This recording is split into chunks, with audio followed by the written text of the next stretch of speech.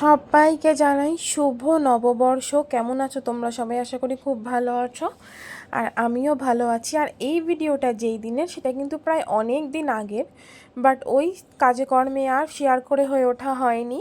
আমরা গেছিলাম, দেখতেই পাচ্ছ, তন্দুর হাউসে, বেশ অনেক বছর পরে।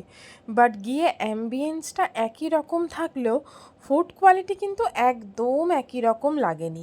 আর এই যে আমরা গিয়ে প্রথমে বসে নিচ্ছিলাম, কারণ বাইরে ছিল প্রচণ্ড গরম। আর তারপরে আমরা তো বুঝেই উঠতে পারছিলাম না মেনুতে অ্যাকচুয়াল কী অর্ডার করা যায়।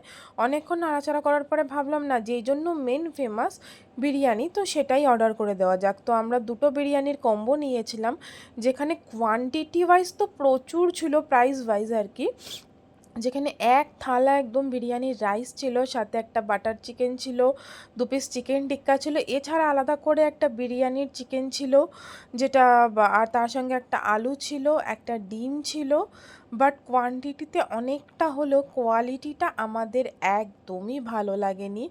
জাস্ট মানে নেওয়াটাই সার হয়েছে, কারণ নষ্ট হয়েছে সেরকমভাবে মানে খেতেও পারিনি পুরোটা বলতে গেলে। তো আমার মনে হয় যদি মানে স্বাদটা আরেকটু ভালো করে কোয়ান্টিটিটা কমাতো, জিনিসটা বোধহয় আরও বেটার হতো। যাই হোক, কী করা যাবে, খিদে পেটে ছিল, যতটুকু পেরেছি খেয়েছি, আর বাকিটা খেতে পারিনি। আর তারপরে সেই দিনকে বাইরে বেরিয়ে আরও অনেকগুলো কাজ সেরেছি। আর আজকের ভিডিওটা এই পর্যন্ত। যদি ভালো লাগে একটা লাইক করে দিও।